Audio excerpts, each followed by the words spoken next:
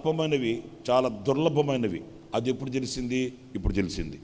ఇప్పుడు దేవుని ఆలోచన నాలో స్థిరపడిన తర్వాత వెనక్కి తిరిగి చూస్తే మరి దేవుని సంకల్పం ఎలా ఉండగా, సర్వోన్నతుని యొక్క సత్య ప్రణాళిక ఎలాగా ఉండగా, ఎలా ఉంటే నేనేమో ఎంత అల్పంగా ఆలోచించాను, ఎంత అల్పంగా నేను దృష్టించాను, ఎంత అల్పంగా నేను ప్రయాసపడ్డాను అని ఇప్పుడు పశ్చాత్తాపం కలుగుతుంది.